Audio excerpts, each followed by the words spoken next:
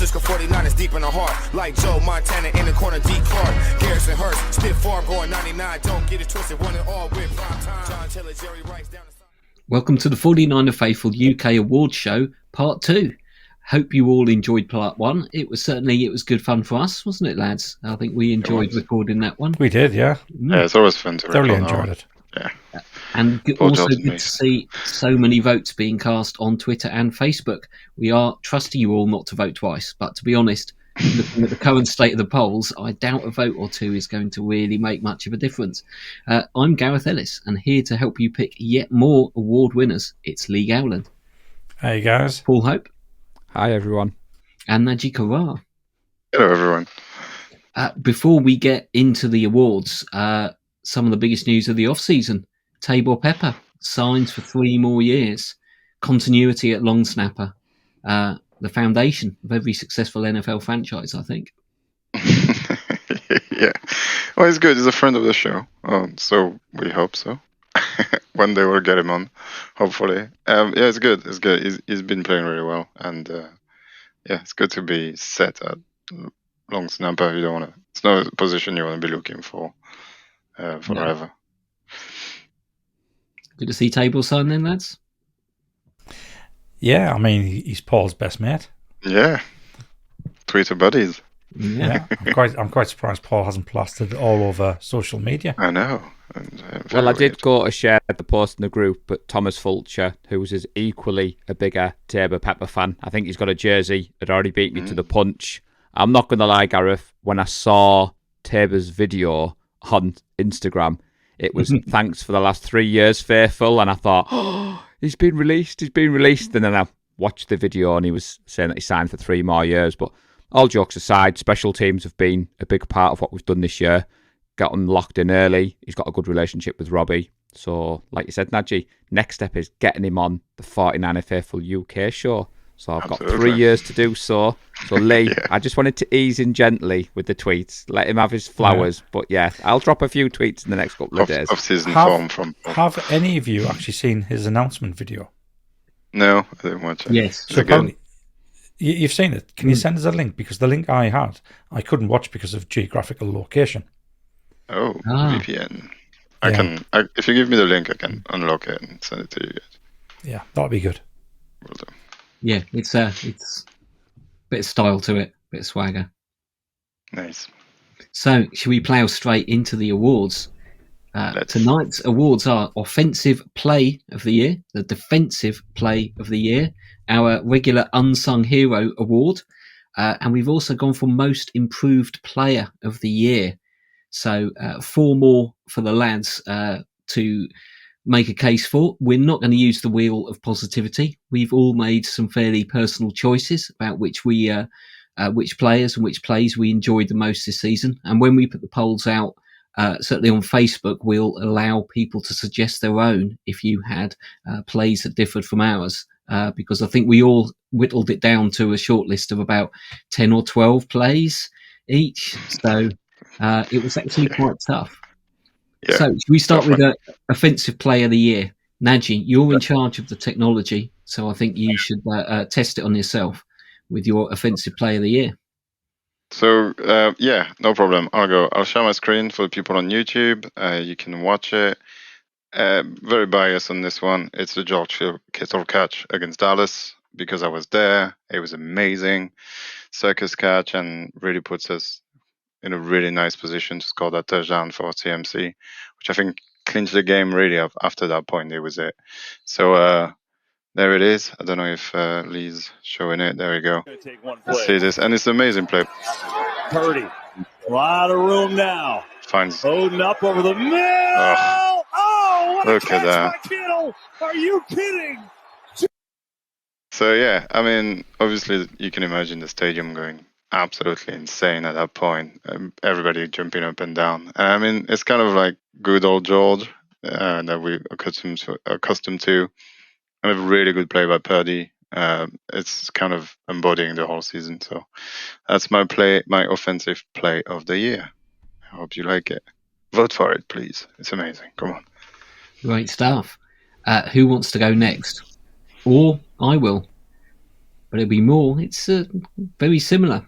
On Nadji, we'll do mine. I'll get All right, okay. So to yours. Mine is also Brock Purdy to George Kittle. Slightly different pass. First quarter of these the are game not in the against same the order. Seahawks. Is this one? There we go. There we are. Thank you, Nadji. Nadji's just teeing it up. On the boot. Samuel running to the back of the end zone. He was covered, though. Purdy it's not that from one. behind. Wait, I've messed up. It's not that one. That's for later. Hang on. Don't you love technology? I do love technology. I just messed it. I just messed it up. Because the one time we actually practiced something before we come on air, and we still screwed up. You all laughed at me on the live. This is what happened on the live when I did the Wheel of Fortune. I practiced it, went live, and it wasn't there. Is this one? I got it. Is this one? Is it this one? Here we go. There we go. Sorry, everyone. Enjoy. One, two fake tosses, and then to Kittle over the middle. Touchdown, San Francisco. Clinch the West. Yeah, I think what made it particularly good for me was it was against the Seahawks. It was in Lumen Field. And it's the balls of the guy and Shanahan to call out that play. A play we've never seen Jimmy play. Never seen that before. And they just executed it like it was on the practice field. And the Seahawks didn't know what was happening. And Kittle just walks it in. For me, yeah, that's a play I'm going to remember just because of the audacity of it, I think. And right in front of the 12s. Love it. Who's next? Paul, maybe. I'll go next. I'll go leap next. In. I'm ready. Have you got mine, Nadji? You know which one it is? Yeah. No, I do know what it is. Yeah. I find a way to make sure. Because click on it and it'll show me the thingy. There you go. It's this one. Right. Okay. So before I actually put it up, I'm going to talk about it, and then we can watch the actual stream. So very similar to what Nadji's done. I actually picked a player that from a game I was at. And I think it's a player that could have possibly changed. It could have changed the projection of our season had it not been completed. So this is a player by Brock Purdy. It was the first game that he'd stepped in to basically play a proper game. It wasn't the start, so he came in against the Dolphins after Jimmy Garoppolo had gone out. Obviously, this is the first time where he's walked onto the field thinking, you know what, our two starting quarterbacks are out and this is my team now. So there must have been a huge amount of pressure on him. Some of his throws early in the game, early in the first quarter, after he replaced Garoppolo, weren't on the money that good. Some of them were a bit wayward, and it took a little bit building that confidence. But it didn't take as long as what you would expect from a rookie. He built that confidence, and towards the end of the second quarter, he exemplified what we'd come to know from Brock Purdy. He is a clutch player. He doesn't let the pressure get to him. This particular play, it started on the Niners 35-yard line. It was under 2 minutes left in the second quarter, and he threw a ball to Kittle. We were 3rd and 10, so if we'd not made this pass, if we'd not made this completion, the game could have ended quite differently. This kept the momentum going, and it would eventually lead to a touchdown with only 4 seconds left. So the reason I said there's a theme here, I'll play the stream now, and you'll see what the theme is. Today in New York, Giants and Commanders, some big decisions for those head coaches, and what ended a tie. Got rid of this one as he was hit and found Kittle. I don't know if that. So yet again, it's a Brock Purdy to George Kittle. So 3 of us now have all picked a Purdy to Kittle as our players of the season, all for different reasons. I mean, you look at that player and you can definitely argue there was far more exciting players during the year, and there was. I can't disagree with anybody arguing that there was. But for me, I thought this was pivotal. So early in Brock Purdy coming in and actually taking over as the starter for the team. Like I said, this wasn't the first game he started. That was the game after against the Buccaneers. But he knew as soon as he stepped on that field that, well, actually this team's mine now. Yeah. Because there was no way we were going to bring in a veteran to get up to speed on a team that was heading towards the playoffs. So he knew it was his team. There was a lot of pressure on there, and we were going up quite a good team. I mean, the Dolphins had, what was it, a 10 game winning streak the Dolphins had? Yeah, they're pretty so hot. They were the hot team. Yeah, they were pretty hot. So the pressure was there. And to make that play, when he knew he was just about to get flattened by a Dolphins defender, get it into Kittle's hands on 3rd and 10, that continued the drive down the field, which would eventually lead to a touchdown and lead to us going in up at halftime, which we all know is important. When Shanahan designs his play, his game plan, it's all about being ahead at halftime. Yeah. So that's why that was my play of the game on offense. It's really cool, this, actually, because before we get to Paul's, which is an amazing play, but the season is so hinged on so many little moments. Obviously the injury to Brock was massive, but it's just one moment in a long season. And as you said, this drive is quite important, and it's just one moment, one crazy throw that he makes, and it changes kind of, because if we lose our games against Dolphin, God knows where we are after that, because doubt, and you never know, right? And then it can go backward really fast. So it's really cool that you chose that play, actually.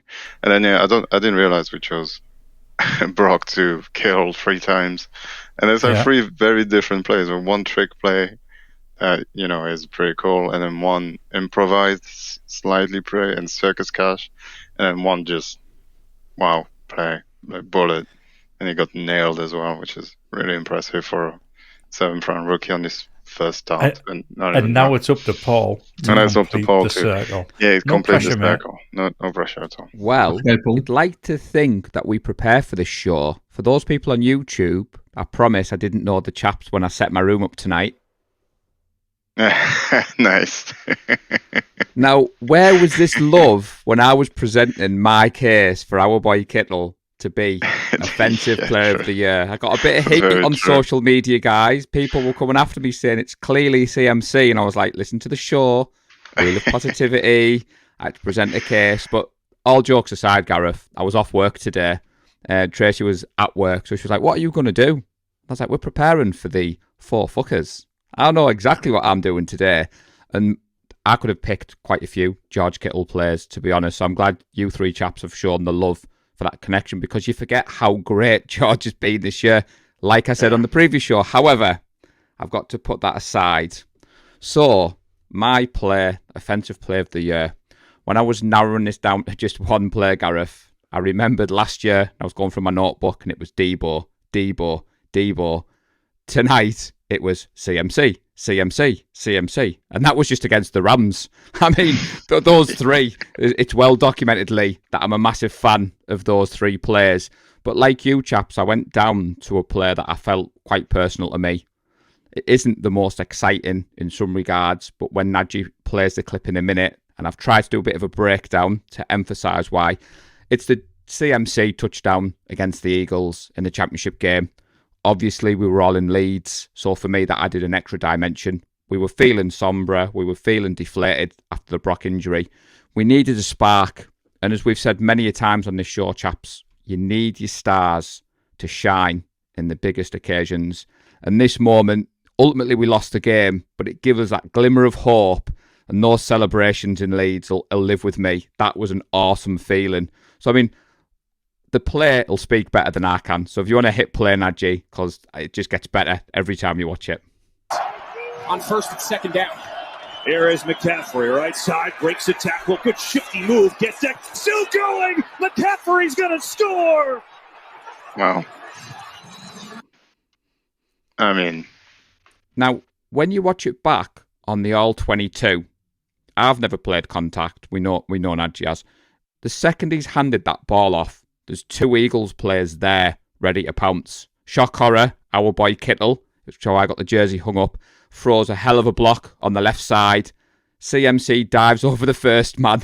He bounces off the second man, and then he hits that hole, and Jennings puts an incredible block on. And again, there's still 2 Eagles players who could take him down, and it was that will of, I'm scoring this. And like we said, Nadji, me and you were stood right next to each other. We were jumping up and down. We were celebrating. So of all the fantastic players we had this year, Gareth, and trust me, if anybody's feeling a bit glum about how the season has ended, go on YouTube, type in 49ers best offensive players, and you will not regret it, because there's so many, and it's really got me excited to be a 49ers fan again. But that's my play. Sorry, I didn't complete the George Kittle, but I did throw a little love in there, Lee, and I've got the jersey just over my shoulder.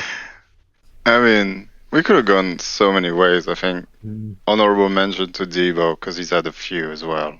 The run against the Rams was pretty insane after the catch from Jimmy G. It's just, there was so many. Ayuk had some really good ones. The Ray McLeod touchdown was pretty impressive, and so many plays. Obviously, all the CMC ones. It's just, Debo versus Seattle. We've all said how much Seattle have been a thorn in our sides, and you forget Debo had some big plays against the Seahawks, which was pretty awesome to see. And it reminded me, some people forgot about Debo, and you just go back and watch, and like you said, Najee, the fact that he stole Jalen Ramsey's soul on that one. That was awesome. Yeah, that was awesome. Yeah, that was. So what I would say about this whole exercise, sorry, Gareth. What I'll say about this whole exercise is, I absolutely hated going through this because there was so many really good players. I've got a list of 9 players, and it was tearing me apart having to pick one of them because there was so many good players.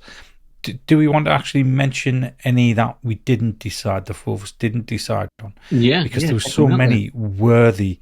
Yeah, there were so many worthy players. You've got the CMC touchdown throw against the Rams. Yeah, you've got a touchdown catch against the Rams. Yeah. That was a perfectly placed ball by Jimmy G. You've got Brock Purdy against Kansas City. So this is very similar to the whole the Dolphins one, the one I picked. All it was a completion. It was a simple completion to Ray McLeod. But this was the very first completion. No, Brock Purdy. Yes. No, because we lost. Actually, I didn't say we won. Yeah, but Brock hasn't lost a game. No, but he has played a game, actually. He has played a game. He didn't play against the Chiefs. Don't worry, I'll school you. All right. Yeah. So Brock Purdy played against the Kansas City Chiefs.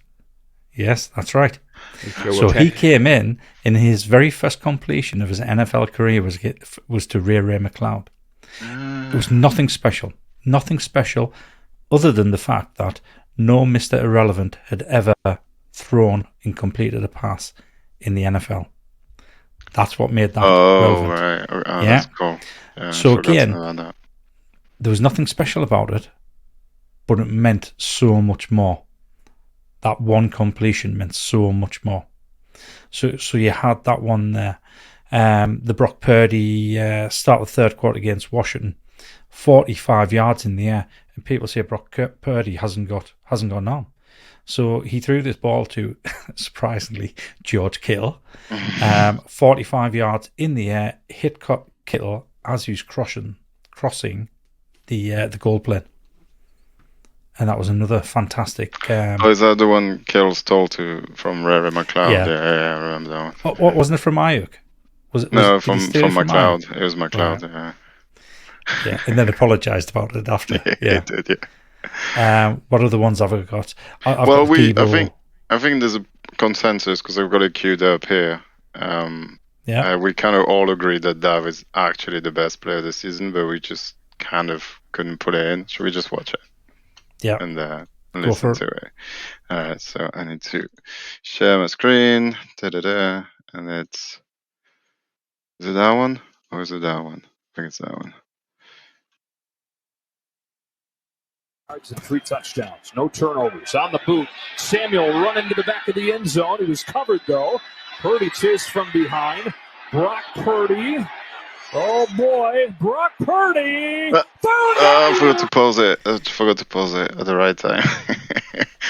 That there is so annoying because that was by far the best player. The best player that didn't result in a completion, a touchdown, or anything. Yeah. It was so frustrating to see all that fantastic work. And I use that word again, fantastic. It's my word, Paul. Don't be using my fantastic word. It was so fantastic watching him escape the pressure and extend the player. And what made it even better was it was against the Seahawks. And the person he reminded me of was Russell Wilson when he was at his prime playing for the Seahawks. Yeah. He managed to escape the pressure and get the ball off, and that should have been caught. I should have cut down. That should have been caught. Yeah, absolutely. Oh well. I think Another that thing constitutes before you move one of on, Gareth. our surprise awards for incomplete pass of the year. Yeah, yeah, that's the one and only. You know what? There was a close second. There was a very close second incomplete pass of the year. Oh, It was me to David Ellicott. Yeah, it was me to David Ellicott when we went on the field at the end of the Saints game. It was a perfectly thrown ball and David just fluffed it.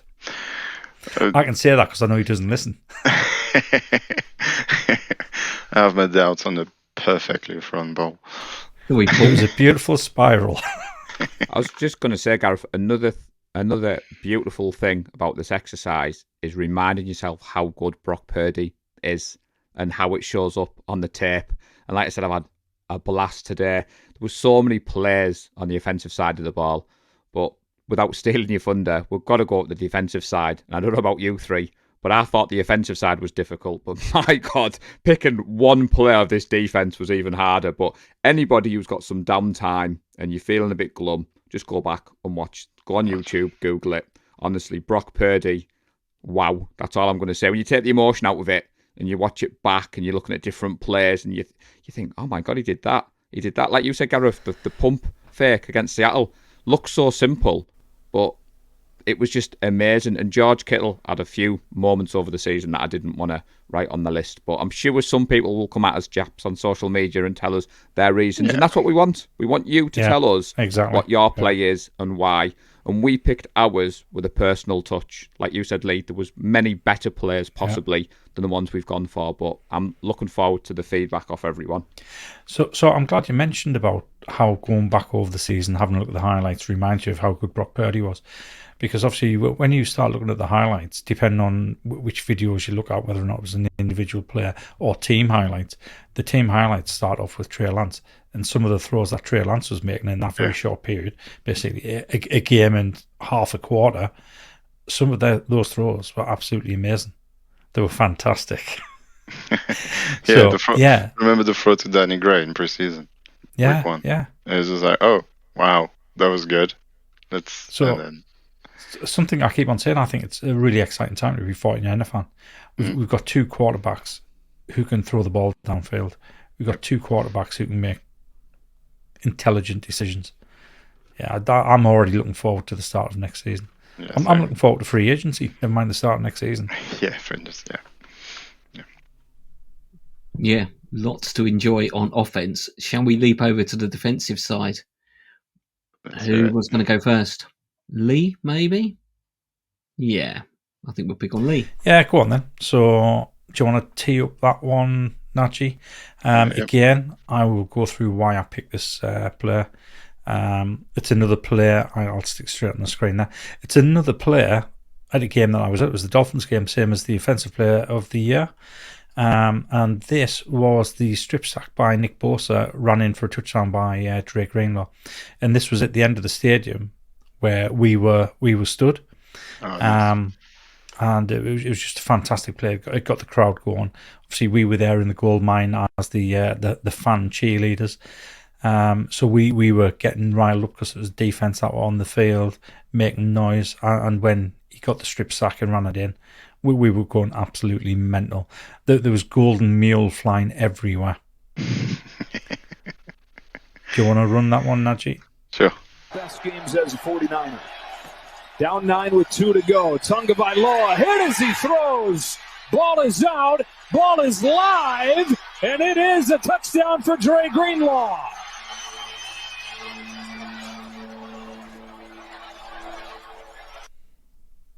Very nice. Fantastic play. Yeah, I mean, close game as well, right? 17-26. Was it 17-26 at that point? Is that what it says? I could just close the windows. No, 17-23. Something like that. So we kind of pulled out a little bit there. Yeah.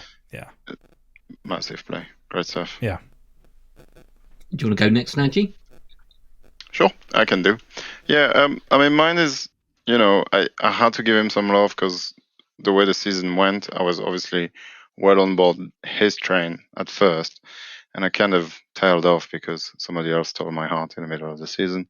But I had to give him some love because I do still love him, and I think he's absolutely amazing. It's Mr. Huff, and his pick is the pick 6 against the Rams because, this is week 4. We just, lost to the Broncos a couple of weeks ago, and we're kind of like not doing well. And this player is so well read, and it's so insane for a second-year player to be able to do this. And it's against the Rams. I mean, the 49ers again for Cooper Kupp. This one is juggle pick. There goes Hafunga. Touchdown, and then the little dance San is amazing as well. Pick 6. It's just, I had to give him some love. Huff is amazing, and I'll reflect a little later on in this show. Yeah, great play. Stick it to the Rams, put the game away, big play, big moment, and propelled us to feeling a bit better about the season, which, it was quite clutch, I think. So, yeah, there you go. Great stuff. A good choice. Paul, do you want to talk us through it? To be fair, I texted Nadji earlier because that was going to be my first choice, but I know Nadji's heart.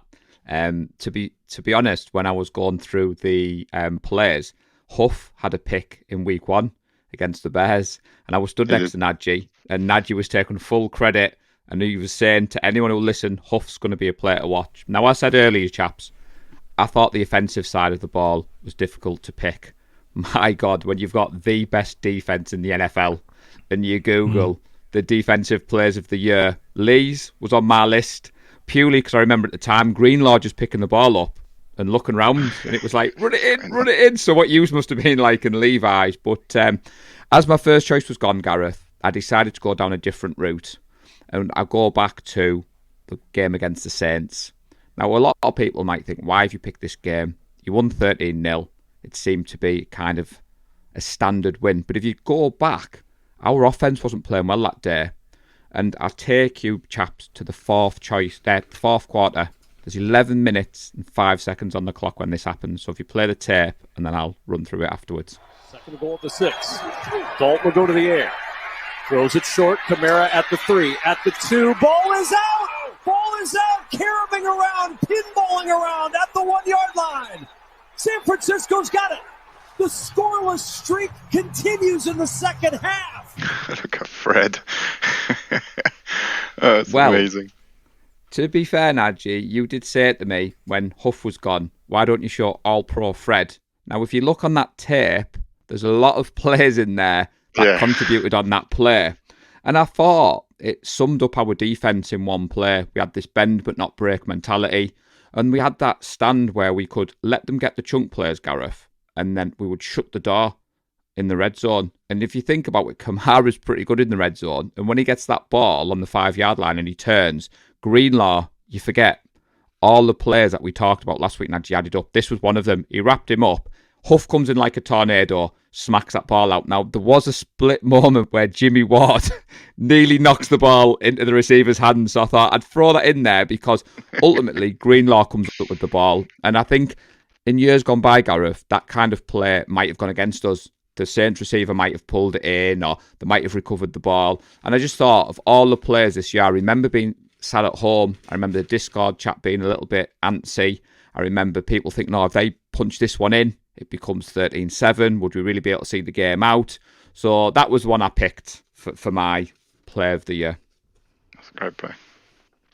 Yeah, that was a great play. I remember watching that thinking, we're not going to hold them out of the end zone here, surely. I think that was their second trip down to sort of first and goal area. So it was a good sequence. I'm last, but hopefully not least. Charles Omenihu, wildcard game, third quarter against the Seahawks. Again, that is part of it, I will admit. And the game still seemed to be potentially in the balance. Omenihu and the rest of the defensive line just get there and run the play. Pressure. Ball is out. San Francisco's got it. It was all Nick Bosa. First turnover. Same again. Well, Tight game. It was Charles Amenahu as well as Nick Bosa recovering the fumble. But it completely knocked the stuffing out of the Seahawks, and we just went on to batter them. And I think it was a play that was made at the right time. And if you look at that play, everyone's there. The defensive line has just utterly destroyed the offensive line of the Seahawks, and there's red shirts everywhere on that play, and it was only going to end up one way. So I think that sums up our defensive performance for me this year. So nice. Great stuff. We're going to put all of those up on polls, but if you think you've got something else, then do let us know and do add it to the poll. It's a and very comment on personal YouTube. award. Comment on YouTube. Yeah, let us know what you think. Let us know what you think. Or do it on Twitter and let Paul know what you think, at least. So, shall we move on? Next award, Unsung Hero. I always look forward to this award. It's a difficult category to kind of pin down and define it. I think Unsung Hero means different things to different people. And I think some of our choices probably reflect that. But I think we just wanted to give a bit of love to some of those other players. It's such a team game. You can't all have a team of superstars, but it does rely on everybody at every level doing their job and doing the job to the best of their ability. So I think this is a chance to give some love to some people who maybe have gone under the radar a bit. Who's going to kick us off? Nadji, you had a good one to start us with. Okay, yeah, I'll go first. Mine is not a player, it's a coach, and it's Brian Greasy. I just thought the job is done with Trey Lance because he was clearly the best quarterback in camp. Otherwise, he wouldn't have been a starter. That's debatable, I guess. But I think his start in his first game was definitely in preseason. He looked like the real deal. We were all very excited about it. Who knows how far it could have taken us? I think maybe the future will tell us that. But to me, he looked ready and looked ready to play a high enough level. And then having Jimmy G coming in all of a sudden because of the injury, and how Jimmy G looked compared to where he looked the past 5 years before that. I think that step forward that he took and playing a lot better. Yes, CMC helped, obviously. But I think even before that, he kind of cut all the stupid mistake apart from the Broncos game, obviously. But it was a different type of Jimmy, and I'm pretty sure that came through Brian Greasy. And then obviously the emergence of Brock and what he could have done. There's no way Brock isn't the player he is if his coach, because he's had a lot of coaching, playing scout and everything, isn't good as well. And the fact that he was prepared to get to step in Dolphin games completely out of the blue and perform. And we saw, Lee's player of the year is about 10 minutes after he started or something like that. So I think there's a lot to say about a guy that can prepare 3 NFL ready quarterback in 1 year. And I'm very glad he stepped out of both ESPN and then Kyle's recruited him. Obviously there's ties with him and his dad and all that. But it seems to be kind of a QB whisperer, and I'm glad he's with us. So thank you, Mr. Brian Greasy, and you're my Unsung Hero of the year, because we haven't heard his name much. So there it is. Definitely a good choice, Paul. Well, it's as if we planned this show, everybody, because mine might be controversial. But that said, when I was preparing, you said it better than me, Gareth. We need some people to receive the love. Now, Jimmy Garoppolo, or Jimmy Gone, as Lee said, yes, Neil, I don't believe Jimmy will be here. However, you go back to that fateful game against Seattle, me and Lee are in the candlestick in, Trey Lance goes down. Now, I believe every single 49ers fan was happy that we still had Jimmy at this point. And when you look at what he did when he come in, it's well documentedly Jimmy's flaws. He'd never not turned the ball over for 3 games in a row. Yet Jimmy came back under the stewardship of Brian Greasy. Alex Simpson, the fact checker himself, called me out, and he was proven wrong by the unsung hero of this season, Jimmy G. But all jokes aside, he came in a vital period. Yes, He came in against the Rams, and he always does well against the Rams. But I think it's understated how well Jimmy played. He didn't turn the ball over. He didn't make stupid decisions. And I think Brock Purdy has come out, Larry Kruger can back me up on this, and said Jimmy was a good influence in the locker room for him.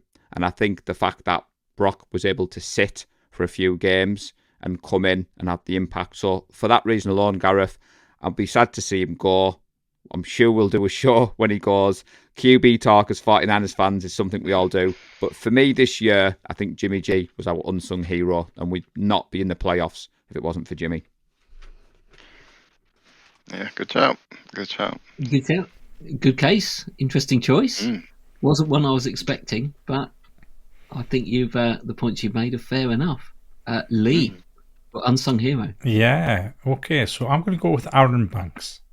So Aaron Banks, his first season last season, he only played sporadically.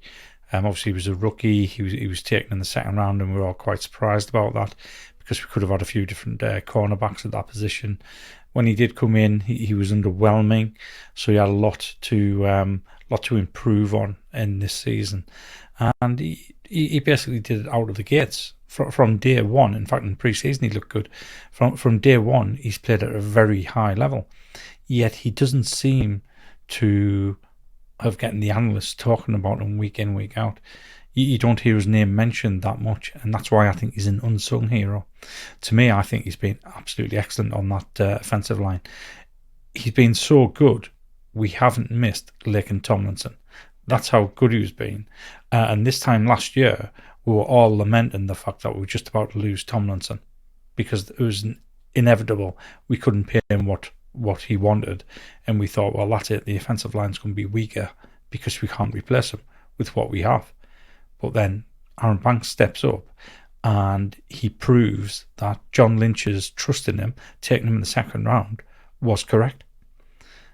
And I just think he needs the love shown because I haven't heard it all season. And that's my unsung hero, Aaron Banks. Good shout. Good shout. It is a good shout. There were quite a few that I could have mentioned here. And watching the game tape, trying to find my plays of the year, a guy stood out and made a late run for my unsung hero and has indeed taken it at the end. And that's Diomedor Lenoir. He's got a bit bullied.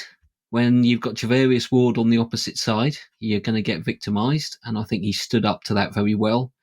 And one thing that really stood out from the tape is how good he actually was against the run, how good he was at sniffing down those kind of lateral plays, trying to get to the edge. And he's there. And his open field tackling, he just wraps every single time. And whoever it is who's got the ball, they just don't get any further. Once you meet Lenoir, you don't get any more yards. And I think he's quietly gone about and put in a shift, which on looking back to the game tape, it's got better and better. So I think Diomedor Lenoir deserves a shout out for unsung hero. So that's it. Job. Four good nominations. Agree. Yeah, four good, very good nominations. Dimo is a great shout because he started the year as nickel. When Jimmy Ward was injured, and then he had to shift when we lost E-Man. So very hard to do, different technique and all that, and it really, as you said, he ramped up. He played really well from Oregon. He was the right cornerback to get, not the guy from Stanford that we didn't get. I didn't know he was from Oregon. Yeah, it was. Anyway, so our final award, most improved player. Two more awards. There's one more after this. Oh well, secret one. Well, Lisa. It's not so secret. Not so secret. For those people on YouTube, it's not. For the audio listeners, walking the dogs are very confused at the moment because I made that mistake in the last show when I was doing all my hand wave, and then I listened to it back and I was like, "There's large gaps here. They don't realise I'm pointing to stuff." So for people on YouTube, they know the secret award. Yeah. We're getting accustomed to YouTube audio, so it'll give us a minute. We'll get all that sorted eventually. So I'll tell you what, let me start with most improved player because it just follows on with what Gareth has said. And my most improved player is Dimo Lenoir. Last season, he showed flashes of brilliance, but then he kind of dropped out of favour. Well, Thomas started, right? Ambry Thomas started instead of him, so... Yeah, towards the end of the season, yeah. And he kind of... His last season was like what Sammy Womack's season has been this year. Yeah. He started on fire in the pre-season. He did okay in the first 2 games, but then he wasn't starting again. And we can always hope that he comes on next season and does exactly what Demo's done this season. So Demo stepped up, as Nadji said. He started in the nickel, and then as the season's gone on, he's taken over from E-Man, and he's been absolutely excellent. So last year he was making a few mistakes, even though I remember what I was saying about him last year. I thought some of the mistakes he was making, he was harshly judged on. Some of the times he got burned because one time he was actually tripping. Had he not tripped, then he would have been with the player, that type of thing. So I think this year he's been my most improved player because he's been consistent throughout the whole year. And it was good to see him get the interceptions towards the end of the season as well. Yeah. Good shout. A good shout. Paul? Lenore was on my list. Now, a few people will be shocked at mine because we had him in the last show for one of the main awards. But my most improved player, Gareth, is Brandon Ayuk. So you cast your mind back to the start of the season. Me and Nadji were very high on Brandon with his connection with Trey Lance. You'll remember that the reports coming out of training camp was he was our best player. And then he had the infamous fight with Fred Warner. And people were worried, was he going to be back in the bad books? Was Trey Lance going to be enough to keep him in there? But fighting is never a good thing. However, when you looked into it, Ayuk was standing in for a teammate. I believe it was a late hit on Danny Gray, or it was one of the undrafted players.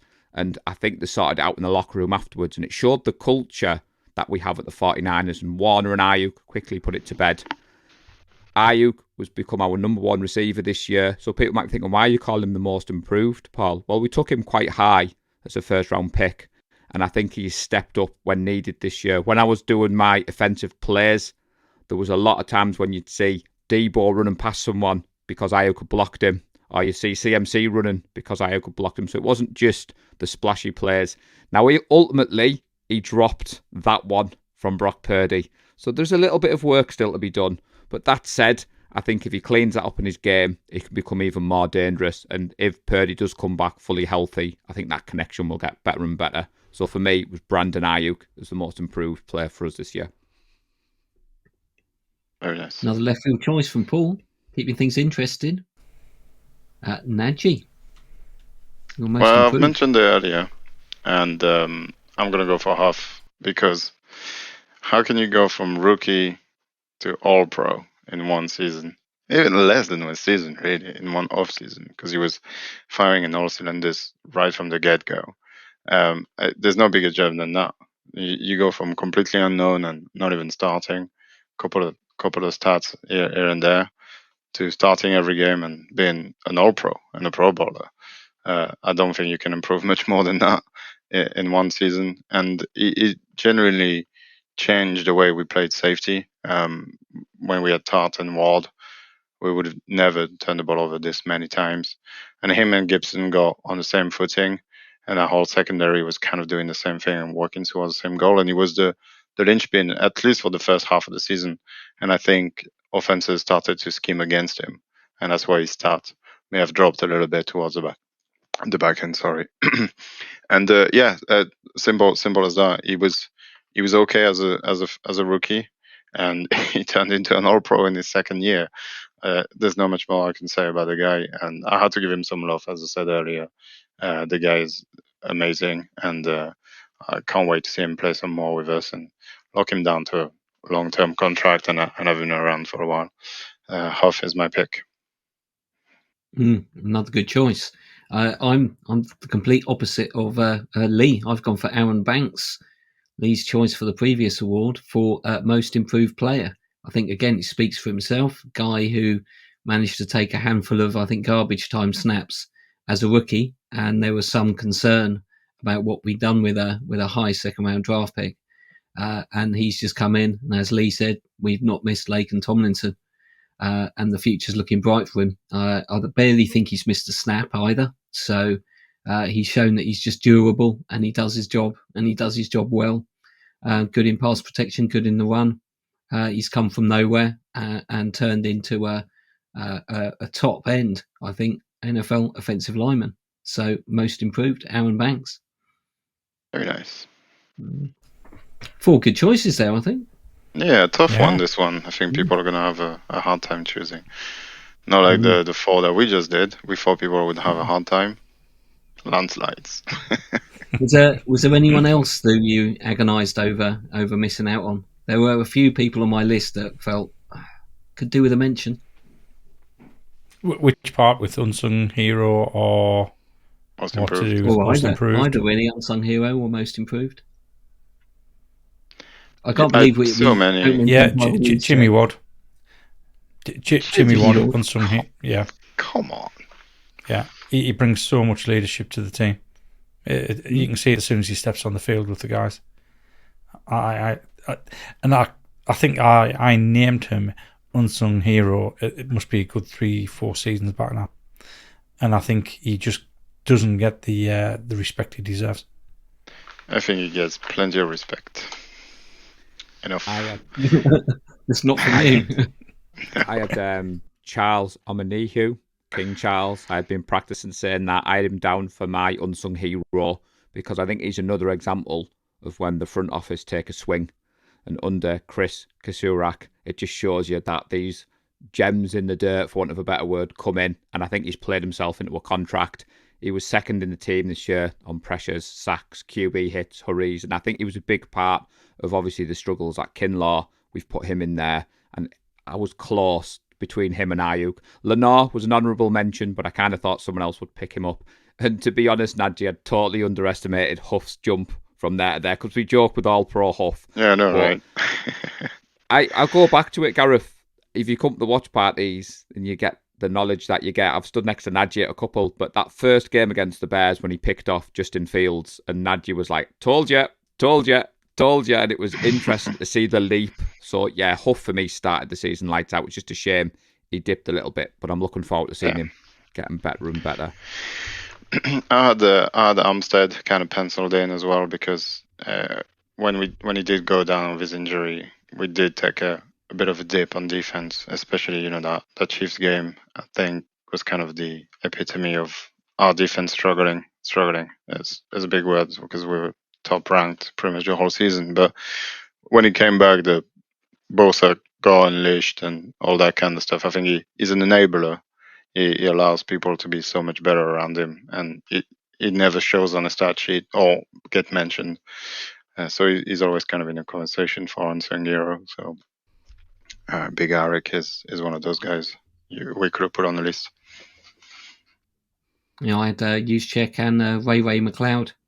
Yeah. Juszczyk, because of always the contribution he makes. He's just the oil in the machine of our offense. Just keeps things moving along and keeps tidying things up, and always makes a contribution. Yeah, and Ray McLeod, finally some confidence when we're receiving kicks rather than that edge of the seat, heart in the mouth, and made some hard yardage and important yardage in games in the receiving, and of course that huge rushing touchdown against Washington. So yeah, that was huge. Yeah, well, so, now you mention it. When you've got so many options. Yeah, now you mention it, I think Golden Wisnowski, the entire special team specialist, right, had a really cracking season, especially Robbie. I think Robbie really has been good as gold. So, tough to choose. Really tough to choose. Do we franchise tag Robbie? I would. It's going to cost a lot of money, though. $5 million. Yeah, that's a lot for a kicker. And that's for I don't know. year. And it's only for 1 year. Unless we can sign him on 2-3 years and signing bonus and it doesn't take cap. Because the problem with the franchise tag is straight into the cap. So, yeah, we'll see. Another honourable mention, Gibson. When I was watching the game tape back, there was a play that I considered for my defensive play of the year. Huff pick against the Chiefs, given the hyperbole around Mahomes. But Gibson had an assist on that. And I think when Mosley went down, we were all quite worried, but Lenore stepped in. But I think Gibson has had an underrated role on the team. But I went a different way, but I'm sure other people listening, Gareth, will go with the Gibson route as well, which would be a good pick. Yeah. So only one award remaining, the special secret final award. I think it can only be introduced by Mr. Lee Gowland. With the 172nd pick of the 2022 NFL Draft, the 5-time Super Bowl champion San Francisco 49ers select defensive back Samuel Womack, Toledo. So the award is best cornerback taken in a 5th round and announced by an Englishman. I think consensus here. It was tough Sammy to Womack choose, for me. but yeah, I went for Sammy Womack too. Yeah. I don't know. Paul, Yeah, did you go? What did can you I go say? Womack? He's fantastic. The only thing that lets fantastic El Presidente down, where's the 26 jersey like Superman, like we talked about for the YouTube viewers? Because let's face it, you're not the only one with the 26 jersey El Presidente. So No, I'm not. there's 3 of us. Yeah. Agree. Yeah, there's 3 of us. I mean, it's a bit of a shame. Kind of Sammy Womack. He started the season really, really strong. 2 picks in a preseason, wasn't it, against Minnesota? Yeah, I think. Yeah, and then I special think team he'll be galore. starting nickel. I think he's going to be starting nickel next season. I think so. It I was think against Jimmy's Green Bay, Najee, because I remember winding my friend up that he had 2 Oh, picks. that was right. Yeah, That's right. Pick, That's right. It was Green Bay. Yeah. I think you're right. I think he's gonna have a lot on his shoulder. Starting Nichols. I think Jimmy Ward's gonna test the free agency and get signed to 9 or 10 million somewhere, like the Jets or Miami or something like that. Or maybe the Texans, back with DeMeco. But yeah, hopes are high for him. If he can be consistent in what he's shown in the beginning of the season and step up his game when it actually matters, I think we're in for a treat. You've got to remember, chaps, well done, lads, that the 49ers draft players for the year after. Yeah. So exactly. Womack's leap is coming. And to be fair, the main content creators that I follow, because I don't watch other sports, Najee, they've all got high hopes for Womack. I think he did well on special teams. Yeah. And it is a shame. I think we had our rose-tinted glasses on because of Lee and your connection being in Vegas, but I'm hoping to see him get more starting reps next year. And he has a big training camp ahead of him. We know that for sure. But I think he's a worthy winner of the award, and I can't wait to see who wins it next year. Might be the third round next year. Could be a recurring award. Who knows? Well done, gentlemen. We have made it through another awards season. Thank you for your contribution and the actual preparation that you put in this week, in stark contrast to part 1 of the awards. But we do like to mix it up, don't we? We will be posting polls for the awards, one each day. I only post one a day on Facebook, otherwise they all get sort of jumbled up and lost. And I think we'll do the same on Twitter. So yeah, go ahead and vote. So you get your chances, certainly on the Facebook poll, to put some choices in of your own players if you disagree with us, or if you think someone else is your unsung hero. We'd love to hear about it. So feel free to suggest a player or vote on one of our selections. Can't wait to see what the UK faithful come up with this year. So that's it. NFL life and world is trundling on. The NFL Combine is this week. Najee, what is the Combine, and why should I care about Indianapolis at this time of year? Yeah, it's always a Lucas Oil Stadium, if it's still called that. I can't remember. What is the Combine? It's basically a selection of draft attendees. It's not all people that will enter the draft, but only a selection.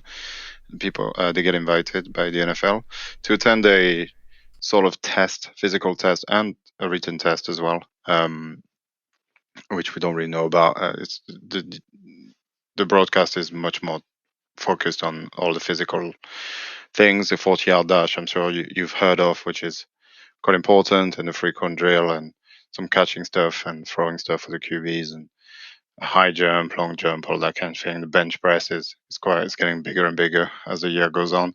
But it's basically a test for all those rookies, so all those scouts can be all together in one room, get drunk at night and work during the day.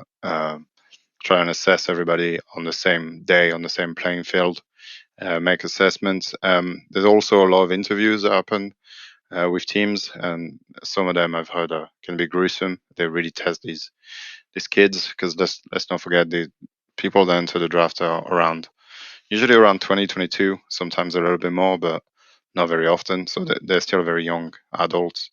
Lots of tests, cognitive tests as well. I'm sure people have heard about the Brock Purdy news that came out a couple of days ago, that he scored really high on pretty much everything in the 90s or something like that, which is considered elite QB. Drew Brees, I think name was mentioned.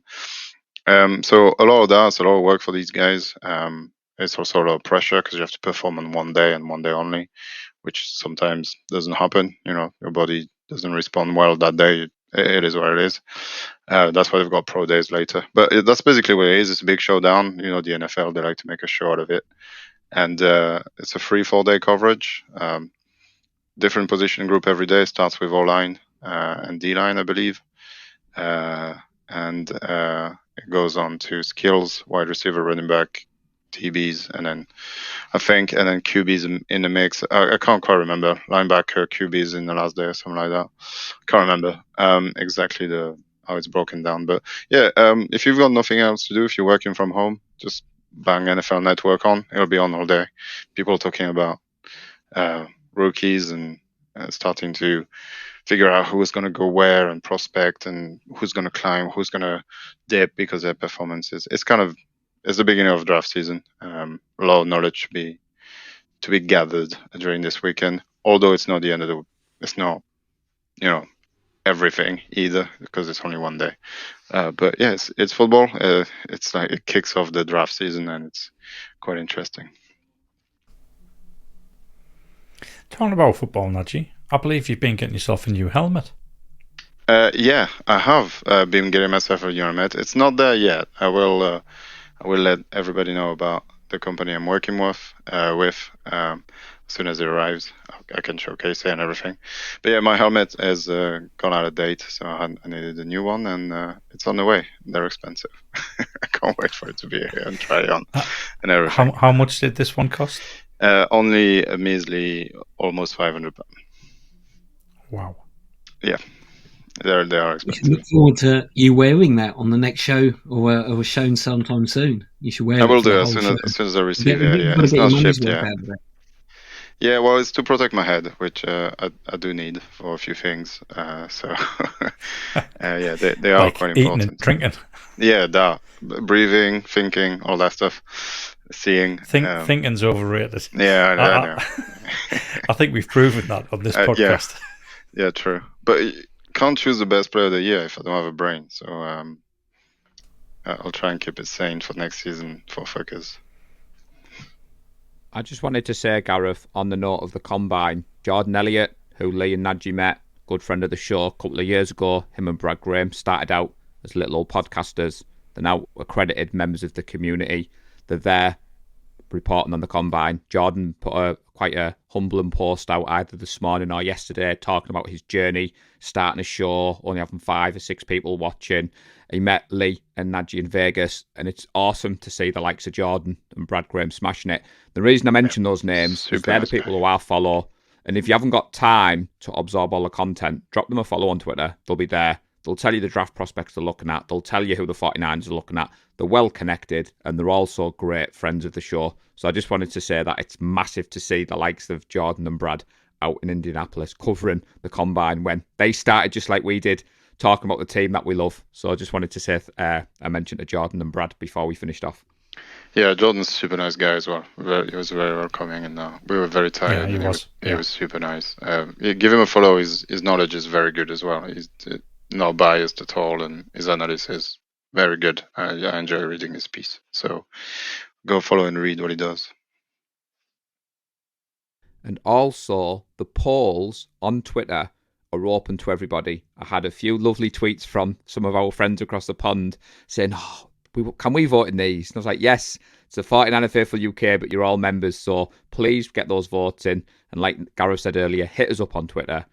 Follow us. We're 65 people away from 5,000 on Twitter, which sounds, 5,000 doesn't sound a big amount, but when Lee handed it over to me, I'll have almost doubled it. So I am close to the 5,000 that I'm hitting. So please do give us a follow, a like, a share, a subscribe. It does mean a lot. And tune in to the live on Tuesday at 8 o'clock. Absolutely. It does mean a lot, and it keeps Paul happy. You can see his little face. You can Very see how happy. he is. Very happy Why indeed. wouldn't you do that with a simple click? So, I know. and a final word from you, Lee, before we wrap it up. The final word from me? You look does. like you're trying to get in, but you've probably missed your chance now. No, I have. Yeah, I've missed my chance. Got nothing to say, mate. There we go. Great stuff. Thank you, guys. Another awards year is done. So thanks for joining me, and thanks to everyone who listens and indeed watches the show. As Paul said, like, comment, share, subscribe, and those sort of things.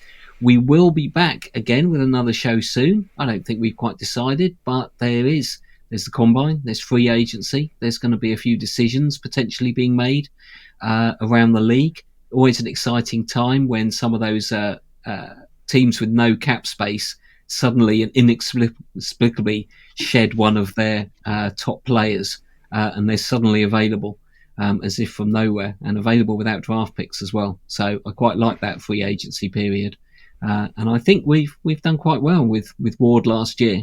We went into free agency and we picked one player when we grabbed him and got that done, and I expect us to do the same this year. So maybe that's something for the next show. Thanks again for joining us. Hope you enjoyed the show. Don't forget to vote on the polls, and go Niners. Go Niners. Go Niners.